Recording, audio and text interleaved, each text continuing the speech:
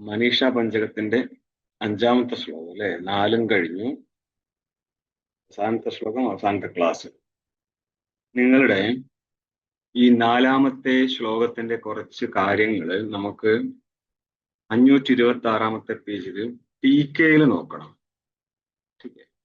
അപ്പൊ ടീക്കയിൽ ഈ 4-ാമത്തേതിന്റെ കാര്യം നോക്കുന്നതിന് മുന്നേ കുറച്ചു ഭാഗം 3-ാമത്തെ അവസാനം നമ്മൾ എടുത്തതാണ്. എന്നാലൊന്ന് പങ്ക്തി നോക്കിയിട്ട് പോയിക്കോ. കാരണം അടുത്തായിട്ട് ബന്ധപ്പെടുത്താൻ ഇത് ആവശ്യമുണ്ട്. കാരണം സാക്ഷി എന്ന് പറയുന്ന സമയത്ത് ഇവരുടെ പങ്ക്തിയും അത്ര സുഖകരമല്ല. പദങ്ങളെ മാറ്റി അന്വയിക്കാതെ അവിടെ അന്വയിച്ചു കഴിഞ്ഞാൽ ബുദ്ധിമുട്ട് വരും. ठीक है. സാക്ഷി സ്വരൂപത്തിന്റെ ആധാരമാക്കി നമ്മൾ ഈ പങ്ക്തിയെ കൊണ്ടുപോയാൽ ഇതിന് പിറകെ. അപ്പോൾ 526-ന്റെ ടീക്കയിൽ 13-ാമത്തെ പങ്ക്തി നോക്കിക്കോ. കിന്തു സ്വച്ഛാം ബുദ്ധിവൃത്തി അനുപ്രാപ്യ തസ്യാഹ വൃത്തേഹ ഭാസക സാക്ഷി ചിദ്രൂപേണ അയം അവസ്ഥിത സൻ സ്വയം ഏവ പ്രകാശത്തെ. ഇവിടെ നോക്കിയാൽ മതി. സ്വച്ഛാം ബുദ്ധിവൃത്തിയും, ബുദ്ധിവൃത്തി സ്വച്ഛം തന്നെയാണ്. കാരണം ബുദ്ധിരൂപേണ പരിണതം സത്വം ബുദ്ധിസത്വം എന്നാണ് സാംഖ്യയോഗ സിദ്ധാന്തത്തിൽ കാണുക. അതായത് ത്രിഗുണാത്മകമായിരിക്കുന്ന മായയുടെ പരിണാമമായിരിക്കുന്ന ചിത്തം, അവിടെ സത്വപ്രധാനമായിട്ടാണ് ചിത്തം ഇരിക്കുന്നത്. അല്ലാതെ സാത്വിക വൃത്തികളെ മാത്രമേ സാക്ഷി പ്രകാശിപ്പിക്കുന്ന അർത്ഥം എടുക്കാൻ പറ്റത്തില്ല. ചിത്തത്തിൽ ഏത് വൃത്തി വന്നാലും അത് സാക്ഷി പ്രകാശിപ്പിക്കും. സ്വച്ഛാം ബുദ്ധിവൃത്തി അനുപ്രാപ്യ, ബുദ്ധി സ്വച്ഛമാണ്, സാത്വികമാണ്. അതിന്റെ കാര്യമായിരിക്കുന്ന വൃത്തിയും സാത്വികമായിരിക്കും. അപ്പം വൃത്തിവിശിഷ്ടമായിരിക്കുന്ന ഒരു ബുദ്ധിയുണ്ട്. ആ ബുദ്ധിയിൽ ചേതനന്റെ പ്രതിബിംബം നേരിടുന്നുണ്ട്. ചേതനന്റെ പ്രതിബിംബം ബുദ്ധിയിൽ നേരിട്ട് കഴിഞ്ഞാല് പ്രമാദാവും, വൃത്തിയിൽ നേരിട്ട് കഴിഞ്ഞാല് പ്രമേയായിട്ട് മാറും. അപ്പോൾ സ്വച്ഛമായിരിക്കുന്ന ബുദ്ധിവൃത്തിയെ പ്രാപിച്ചും കൊണ്ട് സംബന്ധിയായിക്കൊണ്ട് തസ്യാ വൃത്തേർ ഭാസക, ആ വൃത്തിയും പ്രകാശിപ്പിച്ചും കൊണ്ടാണ് സാക്ഷിയിരിക്കുന്നത്. അതായത് പ്രമാതാവിന്റെ വൃത്തി, ഒരു വിഷയത്തെ പ്രകാശിപ്പിക്കുന്ന ബുദ്ധിവൃത്തി, ബുദ്ധിയുടേതായത് കൊണ്ട് ബുദ്ധിയിൽ ഇരിക്കും ബുദ്ധിവൃത്തി.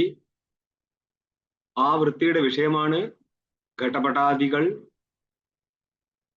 ഇങ്ങനെ ഇരിക്കുന്ന പ്രമാത എന്ന് പറഞ്ഞാൽ തന്നെ സാക്ഷിയായിരിക്കുന്ന ചേതനന്റെ സംബന്ധം നേരിട്ടിരിക്കുന്ന അന്ധക്കരണമാണ് പ്രമാത.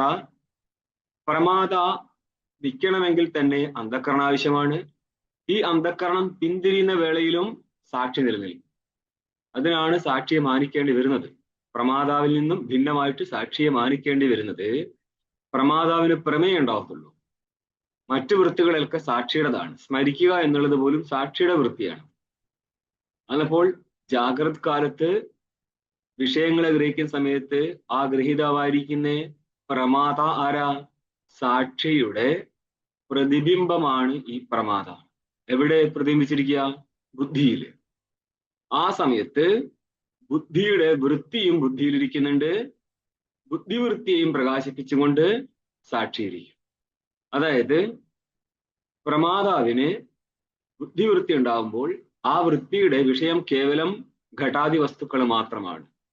എന്നപ്പോൾ ഇത് ഘടം, ഇത് പടം ഇത്യാദി വൃത്തികൾ മാത്രമാണ് പ്രമാതാവിന്റെ വൃത്തി. ഈ ഘടത്തെ ഞാൻ അറിയുന്നു എന്ന് നമ്മൾക്ക് അറിയാൻ പറ്റുന്നില്ലേ? ആ വൃത്തി സാക്ഷിയുടെ വൃത്തിയാണ്. കാരണം ഞാനും കൂടി കണ്ട പ്രമാത, ഈ ഞാനും കൂടി പ്രകാശിക്കുമ്പോഴേ ഞാൻ ഘടത്തെ അറിഞ്ഞു എന്ന് പറയാൻ പറ്റത്തുള്ളൂ. അപ്പോൾ ഘടത്തിന്റെ പ്രകാശമായിരിക്കുന്ന പ്രമാതാവിന്റെ വൃത്തിയെ സാക്ഷി പ്രകാശിപ്പിക്കുമ്പോഴാണ് ഞാൻ ഘടത്തെ അറിയുന്നു എന്നുള്ളൊരു വൃത്തി വരത്തുള്ളൂ. ഈ വൃത്തി വിശിഷ്ട സാക്ഷിയാണ് സാക്ഷി എന്ന് പറയുന്ന അർത്ഥം.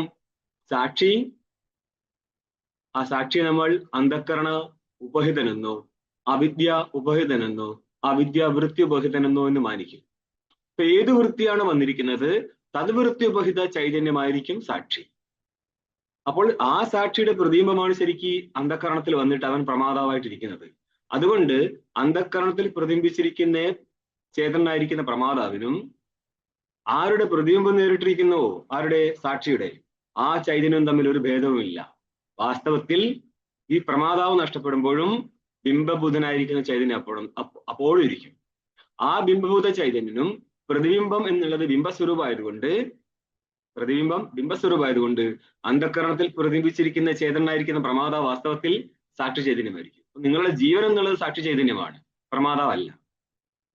ഇനി നോക്കി അങ്ങോട്ടേക്ക്, അന്ധക്കരണത്തിലെ വൃത്തികളെ വൃത്തേർ ഭാസക, വൃത്തിയുടെയും പ്രകാശകനായിട്ട് ആരിയിരിക്കും? സാക്ഷി ചിദ്രൂപനായിരിക്കും. അപ്പൊ വിഷയത്തിനെ ആര് പ്രകാശിപ്പിച്ചു? പ്രമാതാവ് പ്രകാശിപ്പിച്ചു. പ്രമാതാവിന്റെ വൃത്തിയെയും പ്രമാതാവിനെ ആര് പ്രകാശിപ്പിച്ചു? സാക്ഷി പ്രകാശിപ്പിച്ചു. സാക്ഷി ആര് പ്രകാശിപ്പിക്കും? സാക്ഷിയെ പിന്നെ പ്രകാശിപ്പിക്കാൻ മറ്റൊരാൾ വന്നു കഴിഞ്ഞാല് സാക്ഷി നിത്യനാവൂല, സാക്ഷി പ്രകാശി വസ്തുവായി പോകും. അപ്പോൾ ഇനി പിറകോട്ടേക്ക് മറ്റാരെയും പ്രകാശകനായിട്ട് മാനിക്കത്തില്ല. സാക്ഷി സ്വയം പ്രകാശനായതുകൊണ്ട് അവൻ പ്രമാതാവിനെയും പ്രമാതാവിന്റെ വൃത്തിജ്ഞാനത്തെയും വൃത്തിജ്ഞാനത്തിന്റെ വിഷയമായിരിക്കുന്ന ഘടാദികളെയും മൂന്ന് നോക്കിക്കൊള്ളണം. ഘടാദികളെ വിശദീകരിക്കുന്ന വൃത്തി ഉണ്ടായിരുന്നെ പ്രമാതാവ്. ഈ മൂന്നിനെയും ഒരേപോലെ പ്രകാശിപ്പിക്കും സാക്ഷി. പ്രമാതാവിനെയും പ്രമാതാവിന്റെ വൃത്തിയെയും വൃത്തിയുടെ വിഷയത്തെയും പ്രകാശിപ്പിക്കും. അതുകൊണ്ടാണ് ഞാൻ ആയിരിക്കുന്ന പ്രമാതാ ഘടത്തെ അറിയുന്നു എന്ന് പറയുമ്പോൾ രണ്ട് വൃത്തിയുണ്ട്. അറിവിനെ വിഷയീകരിക്കുന്ന ഒരു അറിവുണ്ടായിരുന്നു, അതാണ് സാക്ഷിജ്ഞാനം. എനിക്ക് ഘടാതിജ്ഞാനം ഉണ്ട് എന്നുള്ള ജ്ഞാനം അത് സാക്ഷിജ്ഞാനമാണ്. സാക്ഷിജ്ഞാനം ഏത് വൃത്തിയാണുള്ളത്? തത് വൃത്തി ഉപഹിതനായിരിക്കുന്ന ചേതനായിരിക്കും സാക്ഷി. അവൻ നിന്ന് പ്രകാശിക്കുന്നതാണ്. അവന്റെ പ്രകാശ വസ്തുക്കളാണ് ബാക്കിയെല്ലാം. ഇത്രയും ഏരി പിടി കിട്ടിയല്ലോ. വൃത്തേർ ഭാസക സാക്ഷി ചിദ്രൂപേണ, വൃത്തിയുടെയും ഭാസകനായിരിക്കുന്ന സാക്ഷി ചിദ്രൂപത്താൽ അവസ്ഥിതനായിക്കൊണ്ട് നിന്നുകൊണ്ട് സ്വയമേവ പ്രകാശത്തെ. ഈ പങ്ക്തി മനസ്സിലായിക്കൊള്ളണം. പ്രകാശത്തെ എന്നാ പറഞ്ഞത്. സാക്ഷി അനുഭൂയത്തെ ഗൃഹ്യത്തെ എന്നൊക്കെ നിങ്ങൾക്ക് അടുത്ത പദത്തിൽ കാണാമെങ്കിലും അതിന് മുന്നോടിയായിട്ട് മുഖ്യ സിദ്ധാന്തം പറഞ്ഞു സ്വയമേവ പ്രകാശത്തെ എന്നാ. അവൻ സ്വയം പ്രകാശിക്കുകയാണ്, അവനൊരിക്കലും പ്രകാശിപ്പിക്കപ്പെടത്തില്ല. ഇത്രയും മനസ്സിലായല്ലോ. അടുത്ത ചോദ്യം കൂടി കേട്ടുപോയിക്കോ. നനു അഹമർത്ഥ ചിതാത്മാ സ്വയം പ്രകാശമാനശ്ചേത് അഹം വൃത്തിസ്തർഹി കിമർത്ഥ. അഹമർത്ഥമായിരിക്കുന്നേ അഹമർത്ഥമാരാ? ഞാൻ എന്നുള്ളത് പ്രമാതാവല്ല, സാക്ഷിയാണെന്ന് നമ്മൾ നിശ്ചയിച്ചു ഇതുവരെയുള്ള പങ്ക്തിയിലൂടെ. അവൻ സ്വയം പ്രകാശ സ്വരൂപനാണെങ്കിൽ പിന്നെ അവനെ പ്രകാശിപ്പിക്കാൻ ഏതെങ്കിലും ഒരു വസ്തുവിന്റെ ആവശ്യമുണ്ടോ? ഇല്ല. പിന്നെ എന്തിനാണ് ശാസ്ത്രജന്യമായിരിക്കുന്നേ അഹമർത്ഥമായിരിക്കുന്നേ ചൈതന്യത്തിന്റെ വൃത്തി നിങ്ങൾ ആവശ്യപ്പെടുന്നത്? ചിലർ പറയും, മക്കളെ ആത്മാവ് ജ്ഞാനത്തിന് ബുദ്ധിക്ക് വിഷയമല്ല കേട്ടോ, വെറുതെ പറയാൻ. അല്ല, ശാസ്ത്രം പഠിച്ചാലേ മനസ്സിലാകത്തുള്ളൂ. ഗുരുക്കന്മാർക്ക് ഈ സോക്കോൾഡുകൾക്ക് ഒരു ബോധവും ഇല്ലായിരുന്നു എന്നുള്ളത്. ഇതിനെക്കുറിച്ച് സംസാരിക്കേണ്ട ഒരു ഭാഗം പോലും അവർക്ക് അറിയത്തില്ല. സംസ്കൃതം അറിയത്തില്ല, മറ്റുള്ള സംസ്കൃതത്തിൽ എഴുതി വെച്ചിരിക്കുന്ന കാര്യങ്ങൾ പഠിക്കാൻ പോകുന്നു. ഇവിടെയെല്ലാം പക്കാ പാണ്ഡിത്യം തന്നെയാണ്. ഇതിൽ നിന്ന് തന്നെയാണ് അടുത്ത ബ്രഹ്മബോധം വരത്തുള്ളൂ. ചില ആശ്രമങ്ങളിൽ പറയൂ പാണ്ഡിത്യത്തിന്. പാണ്ഡിത്യം അത്യാവശ്യമാണ്. പണ്ടാന്ന് പറഞ്ഞ അർത്ഥം ബ്രഹ്മാകാര വൃത്തിയാണ്. അതാർക്കാണ് ഉള്ളത്? അവനാണ് പണ്ഡിത. പണ്ട ആത്മാകാര വൃത്തി അസ്ഥീതി പണ്ഡിത എന്ന് ഗീതയിൽ ഭാഷ്യകാരൻ പറയുന്നുണ്ട്. അപ്പോൾ സ്വയം പ്രകാശമാനാണെങ്കിൽ പിന്നെ എന്തിനാണ്? അതായത് ഘടം സ്വയം പ്രകാശ വസ്തു അല്ലാത്തത് കൊണ്ട് ആ വസ്തുവിനെ പ്രകാശിപ്പിക്കാൻ അന്ധകരണത്തിന്റെ വൃത്തി ആവശ്യമുണ്ട്. ഏതാണ് സ്വയം പ്രകാശൻ? അതിനെ ഇനി പ്രകാശിപ്പിക്കാൻ ഒരു വൃത്തിയുടെ ആവശ്യം വരുന്നില്ല. ഒരു വൃത്തിയാൽ സ്വയം പ്രകാശം പ്രകാശിപ്പിക്കപ്പെടത്തുമില്ല. ഇനി പ്രകാശിപ്പിക്കപ്പെട്ട് കഴിഞ്ഞാൽ അവൻ സ്വയം പ്രകാശൻ ആവത്തുമില്ല. അപ്പൊ സ്വയം പ്രകാശനെ പ്രകാശിപ്പിക്കാൻ മറ്റൊരു പ്രകാശത്തിന്റെ ആവശ്യം വരുന്നില്ലെന്നിരിക്കെ നിങ്ങൾ എന്തിനാണ് അന്ധക്കരണ വൃത്തി മാനിക്കുന്നത്? യാതൊരു അന്ധക്കരണ വൃത്തിയാൽ സ്വയം പ്രകാശം പ്രകാശിപ്പിക്കപ്പെടുന്നുവോ? പ്രശ്നമുണ്ട്. ചോദ്യം ചെറുതാണ്, കുറെ വിസ്താരത്തിൽ മനസ്സിലാക്കണം. അവിടെ സ്വയം പ്രകാശനാണെങ്കിൽ അന്യപ്രകാശത്തിന്റെ ആവശ്യമില്ല. നിങ്ങളായിരിക്കട്ടെ അന്ധക്കരണ വൃത്തി ആവശ്യമെന്നും പറയുന്നു. അന്ധക്കരണ വൃത്തിയാൽ ഈ സാക്ഷി ചൈതന്യം പ്രകാശിപ്പിക്കപ്പെട്ട് കഴിഞ്ഞാൽ സാക്ഷി ചൈതന്യവും എന്തായി പോകും? പ്രകാശ സ്വരൂപമായി പോകും. അവൻ പിന്നെ അവസാന പ്രകാശകനായിട്ട് നിലനിൽക്കത്തില്ല. ഇതെന്തുകൊണ്ടാണ്? വാസ്തവത്തിൽ ഞാൻ സാക്ഷി ചൈതന്യം എന്ന് പറഞ്ഞാലും അത് മനസ്സിലാക്കേണ്ട സാക്ഷി ചൈതന്യം എന്നല്ല, ഉപാധിരഹിതനായിരിക്കുന്ന കേവല ചൈതന്യം എന്നാ. എന്നാൽ കേവല ചൈതന്യം ഇങ്ങനെ പ്രകാശിക്കുമെന്ന് വെച്ച് കഴിഞ്ഞാൽ പ്രകാശിക്കത്തുമില്ല. അതുകൊണ്ടാണ് സാക്ഷി ചൈതന്യം എന്ന് പേര് പറയുന്നത്. ഇത് രണ്ടും കൂടിയിരിക്കുന്ന ഒരു ജംഗ്ഷനാണിത്. എന്ന് പറഞ്ഞാൽ പ്രകാശം എന്ന് പറയുമ്പോൾ അവിദ്യായുക്തനായിരിക്കുന്ന സാക്ഷിയാണ്. അറിയേണ്ടത് അവനെയല്ല, അവിദ്യാരഹിതനായിരിക്കുന്ന കേവലനെയാണ്. ഇത് രണ്ടും അറിഞ്ഞുകൊണ്ട് നമ്മൾക്ക് പ്രസംഗം പോകുന്ന സമയത്ത് സാക്ഷിനെ പറയത്തുള്ളൂ. നിങ്ങൾ ഇത്രയും കാര്യം അവിടെ മനസ്സിലാക്കണം. ഇതിന് ഉത്തരം പറയാണ്. ഇതി ചേത് ആത്മസ്വരൂപ ആവരണഭൂത അജ്ഞാന നിവൃത്യർത്ഥ ഇതി ബ്രൂമഹ. നോം പറയുന്നു എന്താണ്? ആത്മസ്വരൂപത്തിന്റെ ആവരണമായിരിക്കുന്ന ഒരു അജ്ഞാനമുണ്ട്. അല്ല, അപ്പൊ സാക്ഷി ആവർത്തനാണോ? സാക്ഷി അവിദ്യായുക്തനായിരുന്നു. സാക്ഷി ആവൃതനാണോ? അല്ല. പിന്നെ നിത്യശുദ്ധ ബുദ്ധമുക്തൻ ആവൃതനായിരുന്നു. ഏതിനാൽ? അവിദ്യയാൽ. അന്നപ്പോൾ അവൻ എന്ത് വിളിക്കും? സാക്ഷി എന്ന് വിളിക്കും. ആ സാക്ഷിയാണ് സ്വയംപ്രകാശം, അല്ലാതെ അനാവൃതനായിരിക്കുന്ന ചേതൻ അല്ല സ്വയംപ്രകാശം. ഇങ്ങനെ ഇരിക്കുന്ന ചേതനന് ആവരണം ഉണ്ട്. ഈ ആവരണത്തിന്റെ നിവൃത്തിക്ക് വേണ്ടിയാണ് വൃത്തിയുടെ ആവശ്യം വരുന്നത്. ആത്മസ്വരൂപ ആവരണഭൂത അജ്ഞാന നിവൃത്തിയർത്ഥ. ആത്മസ്വരൂപത്തിന്റെ ആവരണഭൂതമായിരിക്കുന്ന അജ്ഞാനമുണ്ട്. ആ അജ്ഞാനത്തിന്റെ നിവൃത്തിക്കായിട്ടാണ് വൃത്തിയുടെ ആവശ്യം. അപ്പോൾ എന്ത് പറ്റി? സാക്ഷിയെ കാണിച്ചിട്ട് മനസ്സിലാക്കിപ്പിക്കും. സാക്ഷിയുടെ ആവരണം മാറ്റിക്കഴിഞ്ഞാൽ അവനാണ് കേവലൻ. ആ കേവലനെയാണ് അറിയേണ്ടത്. അല്ല, ആവരണം മാറ്റിക്കഴിഞ്ഞാൽ കേവലിൽ ആവരണം ഇല്ലല്ലോ. അതാണ് പ്രശ്നം. നമ്മൾക്കിപ്പോൾ ഈ പറയുന്ന സ്ഥലത്ത് എല്ലാ സ്ഥലത്തും ശുദ്ധനുണ്ട് എന്ന് പറയുക എന്നല്ലാതെ അനുഭവിക്കുന്ന സമയത്ത് ആവൃത്തിനെ അനുഭവിക്കാൻ പറ്റത്തുള്ളൂ. ജ്ഞാനിക്ക് മാത്രമാണ് കേവലനെ അനുഭവിക്കാൻ പറ്റുന്നുള്ളൂ. അപ്പൊ ആ ജ്ഞാനസ്ഥലത്ത് എത്തുന്നത് വരെ ആവൃതനായിരിക്കുന്ന ചേതനനെ എവിടെയുള്ളൂ. നമ്മൾക്ക് പ്രകാശിക്കുന്നതും ആവൃതനായിരിക്കുന്ന ചൈതന്യമായിരിക്കുന്ന സാക്ഷിയാണ്. അവിടെ കേവലനെ ശബ്ദത്തിലൂടെ മനസ്സിലാക്കിപ്പിക്കുമ്പോൾ ആർക്കാണോ മനസ്സിലായത് അവന് ആ സാക്ഷിയുടെ ആവരണം നഷ്ടപ്പെട്ടു കിട്ടും. അപ്പൊ എന്ത് പറ്റി? പ്രകാശിക്കുന്ന സമയത്ത് ആവരണമുണ്ട്. സ്വയംപ്രകാശം എന്ന് പറഞ്ഞാലും അവിടെ ആവരണമുണ്ട്. ആവരണം ഇല്ലാത്ത സമയത്ത് സ്വയംപ്രകാശത പറയാൻ പറ്റത്തില്ല. ആ സാക്ഷിയുടെ ആവരണം നഷ്ടപ്പെടാൻ ബ്രഹ്മാകാര വൃത്തി ആവശ്യമുണ്ട്. ഇത്ര ഇവിടെ പറയുന്നുള്ളൂ. അങ്ങനെയാണെങ്കിൽ അടുത്ത ചോദ്യം, ഈ ബ്രഹ്മാകാര വൃത്തിയാല് കേവല ചൈതന്യം പ്രകാശിക്കുകയോ? പ്രകാശിപ്പിക്കാൻ പറ്റൂല. പിന്നെ ജ്ഞാനം എന്ത് ചെയ്യും? ജ്ഞാനം വിഷയത്തെ പ്രകാശിപ്പിക്കുന്നില്ലെങ്കിൽ പിന്നെ ജ്ഞാനം എന്തിനാ വന്നതാ? ബ്രഹ്മാകാര വൃത്തി ഉണ്ടാവുമല്ലയോ? ബ്രഹ്മാകാര വൃത്തി ഉണ്ടാവും. വൃത്തിക്ക് വിഷയം ഉണ്ടാവുമല്ലയോ? ഒരു വിഷയമായിരിക്കുന്ന ജ്ഞാനം ഏതാ?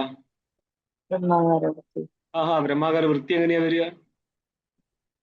നിങ്ങൾ അങ്ങനെ പറഞ്ഞാൽ നന്നായി, ബാക്കി എല്ലാവർക്കും കൂടി മനസ്സിലാവും. ബ്രഹ്മാകാരം എന്ന് പിന്നെ എന്തിനാ പറഞ്ഞത്?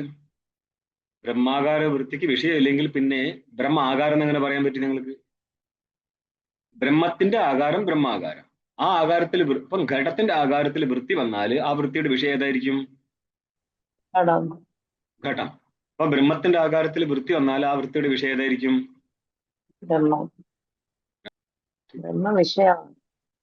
അതെന്താ ഇതുവരെയുള്ള ക്ലാസ്സുകളിൽ ബ്രഹ്മം വിഷയാവുന്നുള്ള നമ്മൾ പറഞ്ഞിട്ടില്ല? അത് ഏതിനെ ആധാരമാക്കിയിട്ടാ പറയുന്നത്? വൃത്തിവ്യാപ്തിയെ ആശ്രയിച്ചും കൊണ്ട് മാനിച്ചും കൊണ്ട് ബ്രഹ്മം വിഷയമാകും എന്ന് പറയുന്നുണ്ട്. വൃത്തിവ്യാപ്യത്വമേവാത്ര ശാസ്ത്രകൃത് ഫലവ്യാപ്യത്വമേവാത്ര ശാസ്ത്രകൃത് നിർനിവാരിതം. ഫലവ്യാപ്യത്വമാണ് ശാസ്ത്രകാരന്മാരാൽ നിരാകരിച്ചത്. വൃത്തിവ്യാപ്തി നമ്മൾ മാനിക്കുന്നുമുണ്ട്. വൃത്തിവ്യാപ്തിയെ ആശ്രയിച്ചും കൊണ്ട് ബ്രഹ്മ ജ്ഞാനത്തിന്റെ വിഷയമാകും. ഇല്ല, പൊട്ടിത്തെറിക്കണ്ട. ജ്ഞാനത്തിന്റെ വിഷയമാകും ബ്രഹ്മ. എങ്ങനെ? അതിന്റെ അർത്ഥം എന്താ? ബ്രഹ്മാകാര വൃത്തി ഉണ്ടായിട്ടുണ്ട്. ഘടാകാര വൃത്തി അല്ലല്ലോ, ബ്രഹ്മാകാര വൃത്തിയല്ലേ. അപ്പൊ അവിടെ വിഷയം ബ്രഹ്മമാവാതെ പിന്നെ ഇങ്ങനെ നിങ്ങൾക്ക് ബ്രഹ്മവിഷയക അജ്ഞാനം നഷ്ടപ്പെട്ട് കിട്ടിയത്? ബ്രഹ്മവിഷയക അജ്ഞാനം നഷ്ടപ്പെടാൻ വൃത്തി വേണ്ടേ? വേണം. ആ വൃത്തി സ്ഥലത്ത് വിഷയം ആരായിരിക്കും? ബ്രഹ്മ. ഇനിയെങ്കിലും ഈ സോക്കാൾഡ് ഗുരുക്കന്മാരുടെ പിടിയിൽ നിന്നും വിട്ടുമാറ്. തെറ്റുകളെ കൊണ്ട് ലോകത്തിന് മഹാനഷ്ടമാണ് സാധനങ്ങൾ. ठीक है. ഒരു വസ്തു അറിയത്തില്ല എന്നാലോ എല്ലാറ്റിനും ഒരു അഭിപ്രായം പറയും ചെയ്യും. ഫലവ്യാപ്തി ഇല്ല, കാരണം വൃത്തിയാൽ ചേതനന് പ്രകാശിക്കേണ്ട ആവശ്യം വരുന്നില്ല, കാരണം ചേതനൻ പ്രകാശ സ്വരൂപമാണ്. ആ ഫലവ്യാപ്തി ഇല്ല എന്നുള്ളതിനെ എടുത്തുകൊണ്ടാണ് നമ്മൾ പറയുന്നത് ബ്രഹ്മം വിഷയമാവത്തില്ല എന്നുള്ളത്. മനസ്സിലായോ? ആണല്ലോ. നാളെ ചോദിച്ചാലും പിന്നെയും ഗുരുക്കന്മാരുടെ കൂടെ പോയേക്കണം കേട്ടോ, ശാസ്ത്രത്തിന്റെ കൂടെ നിൽക്കരുത്. ആത്മസ്വരൂപ ആവരണമായിരിക്കുന്ന അജ്ഞാനമുണ്ട്, അജ്ഞാന നിവൃത്തിക്കാണെന്ന് പറയുന്നു. 20ാമത്തെ പങ്ക്തി ടീകപിടി 526ാമത്തെ പേജിൽ തന്നെ. തസ്മാത് സ്വപ്രകാശ ചിതേകരസ കൂട്ടസ്ഥോ നിത്യ പ്രത്യേകാത്മാ അഹമർത്ഥ.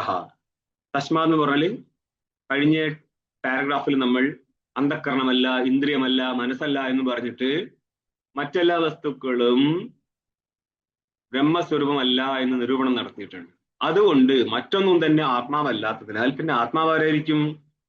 സ്വപ്രകാശ ചിതൈകരസ, സ്വയം പ്രകാശനായിരിക്കുന്ന ഏക ചിത് സ്വരൂപനായിരിക്കുന്ന, ഏക എന്ന് പറഞ്ഞാൽ വേറെ ഒരു സ്വരൂപമില്ല, ചിത് ഏക സ്വരൂപൻ എന്നാ പറയുന്നത്.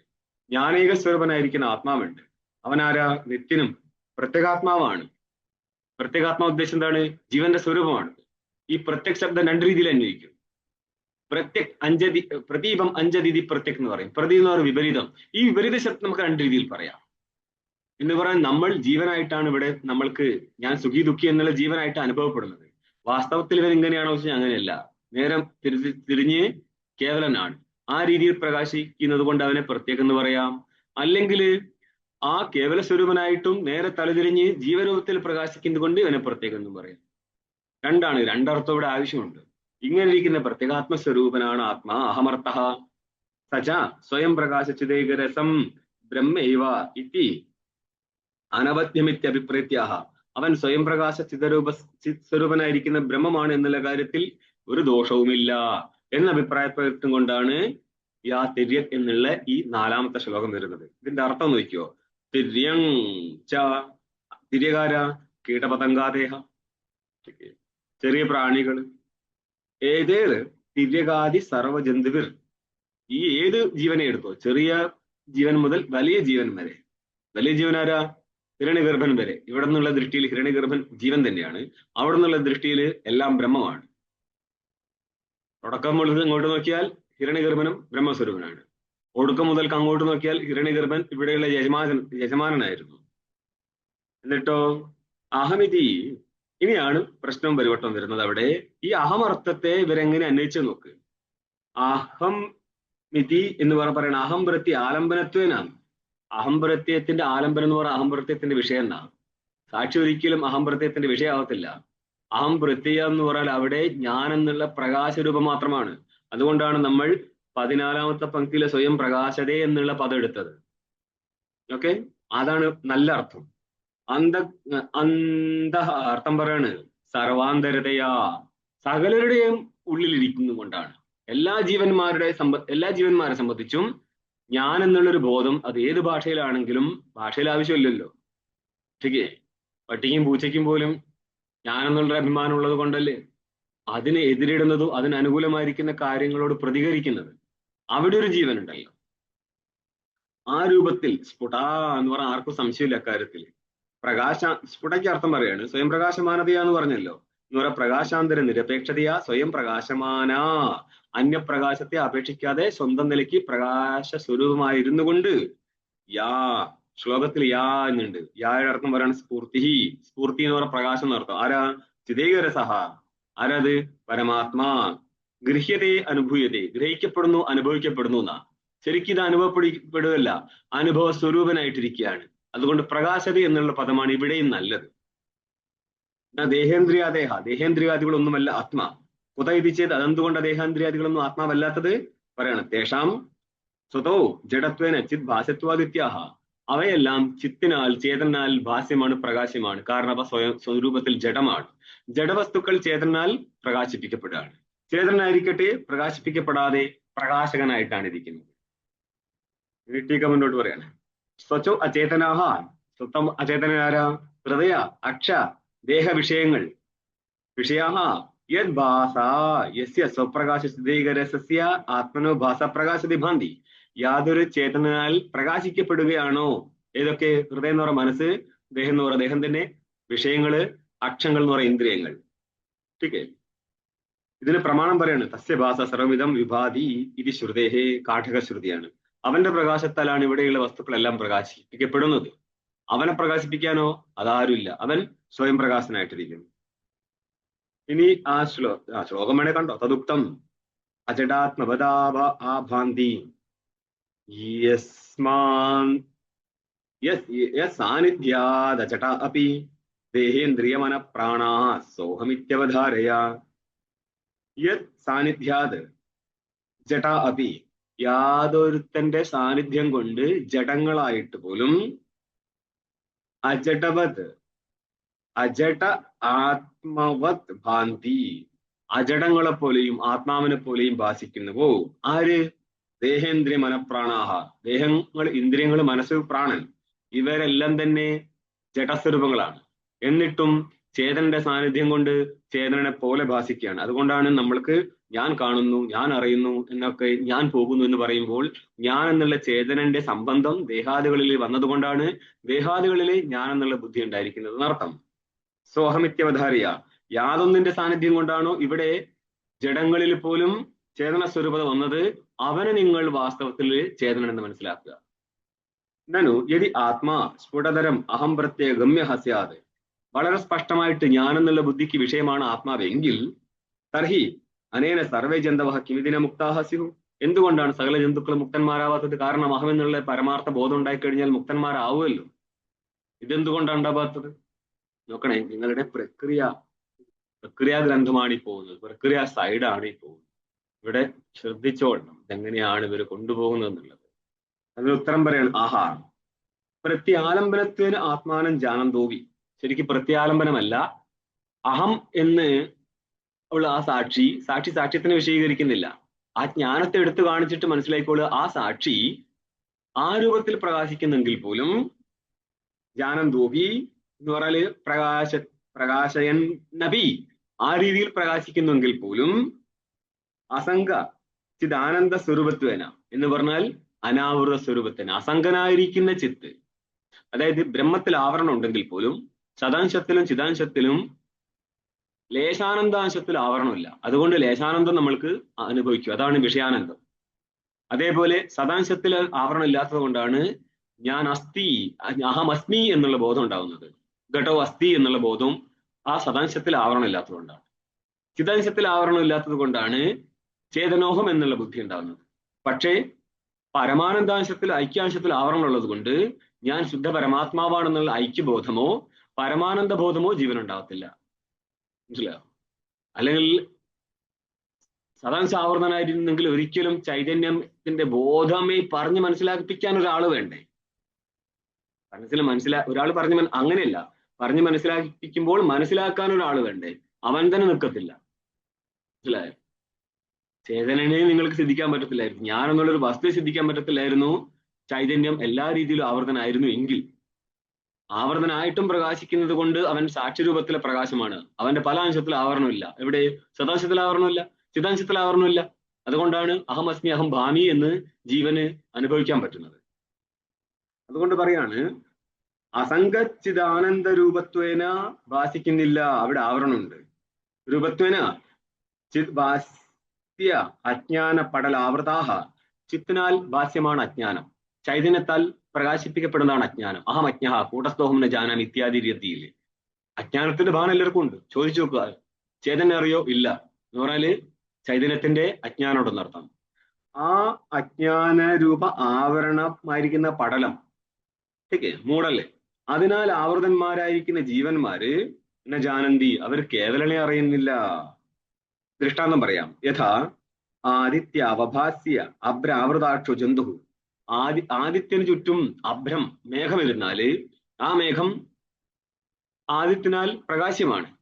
പക്ഷെ ജീവനെ സംബന്ധിച്ച് അനാവൃതനായിരിക്കുന്ന ആദിത്യനെ കാണാൻ പറ്റാതെ പോകുന്നത് ഈ അഭ്രം മേഘം ഇരിക്കുന്നത് കൊണ്ടാണ്.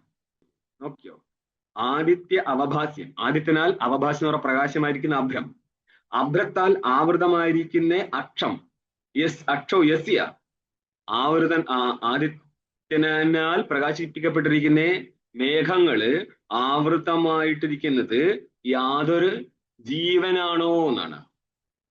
ആവൃതം അക്ഷം യേഷാം ആവൃത അക്ഷോ ആവൃത അക്ഷോ യസ്യ ജീവസ്യ സ ആവൃതാക്ഷ. ആവൃതമായിരിക്കുന്ന കണ്ണ് യാതൊരു ജീവനാണോ ഉള്ളത്, ആ ജീവനെയാണ് നമ്മൾ ആവൃതാക്ഷ എന്ന് പറയുന്നത്. ഏതിനാൽ ആവൃതമാ? അഭ്രത്താൽ. ആ അഭ്രമായിരിക്കട്ടെ ആദിത്യനാൽ പ്രകാശവുമായിരുന്നു. അപ്പൊ ആദിത്യനാൽ അവഭാസ്യമായിരിക്കുന്ന അഭ്രത്താൽ ആവൃതമായിരിക്കുന്ന അക്ഷത്തോട് കൂടിയവന് ജന്തുഹു, അന്യപദാർത്ഥമാണ് ജന്തുഹു. അവനെ സംബന്ധിച്ച് അർക്കം വിഘനമിവ അധ വിവിച്ചന ജാനാതി. വിഗത ഘനോ യസ്മാത്. ഘനം എന്നുള്ള ഈ അഭ്രം മാറിപ്പോയത് യാതൊരു അർക്കൻ്റെതാണോ, ആ അർക്കനാണ് വിഘനം. ആ രീതിയിൽ ഒരിക്കലും പ്രകാശിക്കുന്നില്ല എങ്കിൽ പോലും മേഘയുക്തനായിരിക്കുന്ന ആദിത്യനെ മേഘരഹിതനായിക്കൊണ്ട് ജീവന് കാണാൻ പറ്റത്തില്ല. കാരണം അവനെ സംബന്ധിച്ച് അവന്റെ കണ്ണ് ആ മേഘത്താൽ ആവൃതനായിരിക്കുന്ന സൂര്യനെ കാണാനുള്ള യോഗ്യതയുള്ളൂ. ഇതേപോലെ നമ്മളെ സംബന്ധിച്ച് ആവൃതനായിരിക്കുന്ന സാക്ഷിയെ മാത്രമേ പ്രമാതാവിന് തിരിച്ചറിയാൻ പറ്റുന്നുള്ളൂ. പ്രമാതാവിന് ഇത്രയും ശബ്ദങ്ങളിൽ നിന്ന് ആരെയും അറിയാൻ പറ്റത്തുള്ളൂ? സാക്ഷിയെ. ഇനി സാക്ഷിസ്വരൂപം നോക്കിക്കഴിഞ്ഞാൽ സാക്ഷിയെ സ്വയം പ്രകാശിക്കുന്നു എന്ന് പറയുമ്പോൾ പോലും ആവൃതനായിരിക്കുന്ന ചൈതന്യത്തിന്റെ പ്രകാശമാണ് അവിടെ നടക്കുന്നത്. കേവല ചൈതന്യത്തിന്റെ പ്രകാശം ശാസ്ത്രത്താൽ അല്ലാതെ വേറൊരു പരിപാടിയും നടക്കത്തില്ല.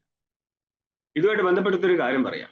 ഈ കേവല ചൈതന്യത്തെ മനസ്സിലാക്കുക എന്ന് പറഞ്ഞാൽ സ്വന്തം ശരീരവും മനസ്സും ജഗത്ത് മൊത്തം നിഷേധിച്ചും കൊണ്ടാണ് കേവല ചൈതന്യത്തിന്റെ മനസ്സിലാക്കല്.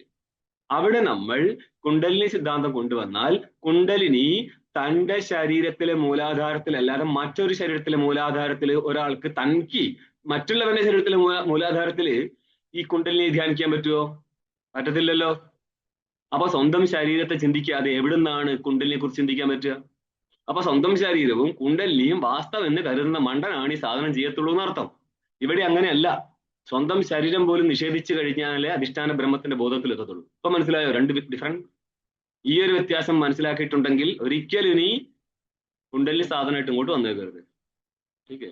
അന്നപ്പോൾ ഏതൊരു ഗുരുവാണോ ജ്ഞാനത്തെയും കുണ്ടലിനിയെ കുറിച്ചും പറയുന്നത് അങ്ങനെ രണ്ടും അറിയത്തില്ല എന്നല്ല അർത്ഥം. നമ്മൾ ആ ഗുരുവിന്റെ മഹിമയ്ക്ക് അവിടെ വെക്ക്. നമ്മൾ ആ പ്രസംഗത്തെ എടുത്ത് ചർച്ച ചെയ്യും. അത്രയൊന്നും പേടിക്കാൻ നേരമില്ല ഗുരുക്കന്മാരെ. ഞാൻ സോക്കോൾഡ് ഗുരുക്കന്മാരുടെ സിദ്ധാന്തവും അവരുടെ മക്കളെയും കുറിച്ചായിട്ട് പറയുന്നത്. നിങ്ങൾ ഈ കാണിക്കുന്ന പേടിപ്പിക്കലൊക്കെ കയ്യിൽ വെച്ചാൽ മതി. നടക്കൂല.